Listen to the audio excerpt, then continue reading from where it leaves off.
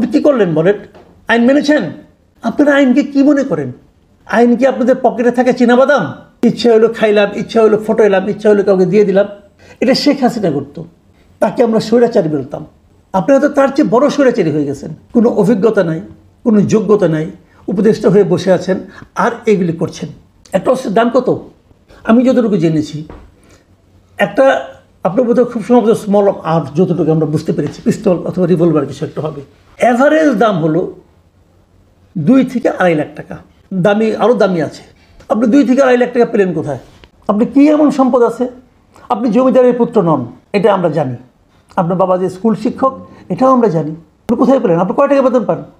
আপনার monthly income কত টাকা বলেন? আপনি আমাকে বুঝান। আপনি আর কি করেন চাকরির বাইরে? টিউশনি করেন? তা তো আর করতে পারবেন না। উপদেষ্টার পদে টিউশনি করতে পারবেন না। আপনার বৈধ ইনকাম কত বলেন? এই বৈধ ইনকাম দিয়ে আপনি 2.5 লাখ টাকা খরচ করে কিনতে পারেন। একটা গুলির দাম 5,000 টাকা, আমি খবর নিয়েছি।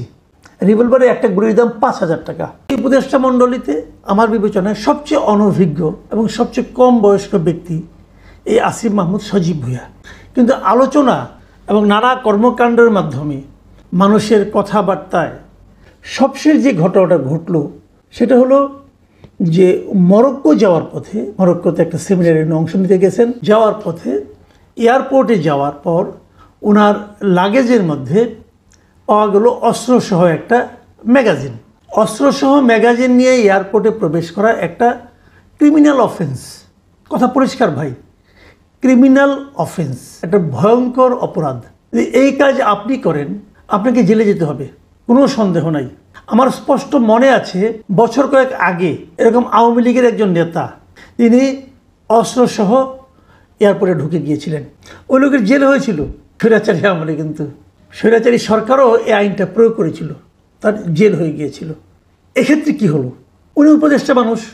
এই দেশে সংবিধান বলে, আইন বলে যে আইন সবার জন্য সমান, কিন্তু বাংলাদেশে আমরা এই জুলাই পরবর্তী আন্দোলনের সময় দেখছি যে আইন সবার জন্য সমান নয়।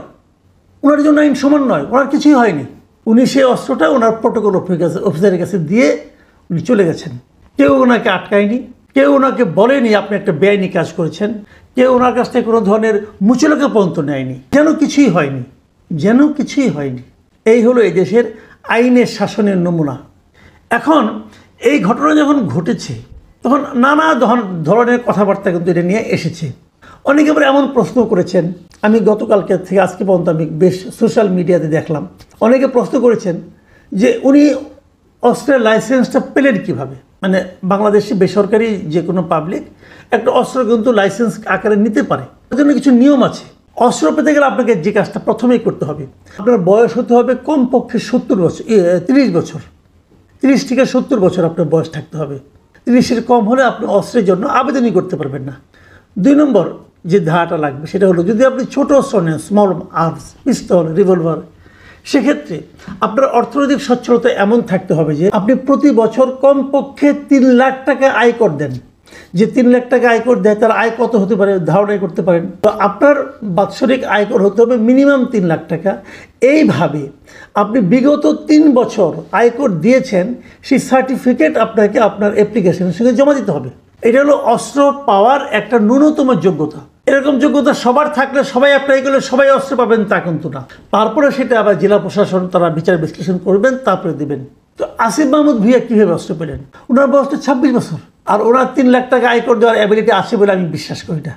কারণ উনি কয়েকদিন আগে বেকার ছিলেন, লেখাপড়াও শেষ করেননি তখনও। তো উনি কী করে দেবেন? ওনার ইনকামটা কী? কাজে এই দুটো পয়েন্টে ওনার সে অ্যাবিলিটি নাই। কিন্তু আসিফ মাহমুদ সাহেব, আপনাকে আমি একটা কথা বলি, আপনি যখন জনগণকে জ্ঞান অর্জন করতে দিলেন তখন জনগণ কিন্তু আপনি যতটুকু দেখাবেন ততটুকু পরেই থেমে যাবে না, তারা আরও একটু পড়তে চাইবে। যেমন আমি নিজে অস্ত্র আইনটা জানতাম না, আমার জানার কোনো প্রয়োজন পড়ে নাই। আমি কখনো ভাবিনি যে আমি অস্ত্র নিব, আর যদি ভাবতামও আমি নিতে পারতাম না। আমি প্রতি বছর 3 লাখ টাকা আয়কর দিতে পারি না, আমার এত ইনকাম না। প্রশ্নটা হলো, আপনি অস্ত্রটা বাসায় রেখে এসেছেন কেন? আপনি তো বাসায় অস্ত্র রেখে আসতে পারেন না। 33-এর খবর অনুযায়ী আপনি পারেন না। আপনি অস্ত্র নিয়েছেন, অস্ত্র সংক্রান্ত আইন জানবেন না? আপনি তো অস্ত্র রাখার যোগ্যতাই নেই আপনার। আপনি তো ওটা অন্যায় করেছেন, ক্রিমিনাল অফেন্স। এটা একটা ক্রিমিনাল অফেন্স আপনি করেছেন।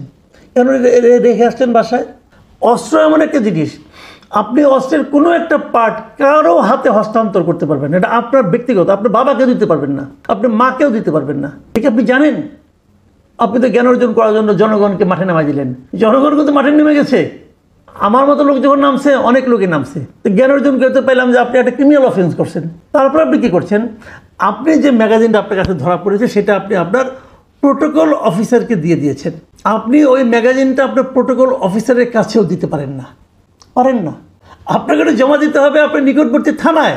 আপনি প্রোটোকল অফিসার যে ওখান থেকে নিয়ে বেরিয়ে গেল, তাকে তো যে কোনো সময় অ্যারেস্ট করতে পারে পুলিশ। তুমি এটা পেলে কোথায়? কোনো আইন নেই। আপনি উপদেষ্টা না, কি আসে যায় রে ভাই? কি আসে যায় উপদেষ্টা? উপদেষ্টা হচ্ছে কী হয়েছে? আপনি বাই চান্সই উপদেষ্টা হন আর নির্বাচন করেই হন, যেভাবেই হন। বাংলাদেশের আইন অনুযায়ী আপনার এই উপদেষ্টা মূল্যের কোনো মূল্য নাই যদি আপনার হাতে একটা এরকম বেআইনি অস্ত্র থাকে। আর উপদেষ্টার অস্ত্র বলে যদি প্রোটোকল অফিসার নিয়ে যায়, তার তো জীবন রিস্ক। এখন চিন্তাই হয়ে যেতে পারতো। 2 ম্যাগাজিন ভর্তি গুলি আপনি কোথায় পেলেন টাকাটা? আপনাকে আপনার বন্ধুবান্ধব দিয়েছে? হ্যাঁ, আমরা জেনেতাম যে মন্ত্রী হলে পরে বন্ধুবান্ধবরা অনেক কিছু দেয়। ওবায়দুল কাদেরকে অনেক কিছু দিত। তো আপনি কি সেরকম মন্ত্রী হয়েছেন? এই মন্ত্রিত্ব করার জন্য আপনাকে পাঠানো হয়েছে। একটা আন্দোলনের মাধ্যমে আপনারা গিয়েছেন। নিরাপত্তা, আপনাকে তো গানম্যান দেওয়া হয়, সরকারি ব্যয় আপনাকে গানম্যান দেওয়া হয়, অস্ত্রধারী গানম্যান থাকে। তাহলে আপনি পার্সোনাল উইপেন দিয়ে কী করবেন? আপনি খুব এক্সপার্ট অস্ত্র চালনায়। কবে শিখলেন? কবে শিখলেন? ট্রেনিংটা কবে নিলেন অস্ত্র চালানোর? বলুন।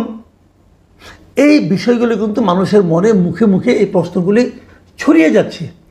আপনার গন্তব্য কোথায়, এটা আপনার আচরণই ঠিক করে দেবে।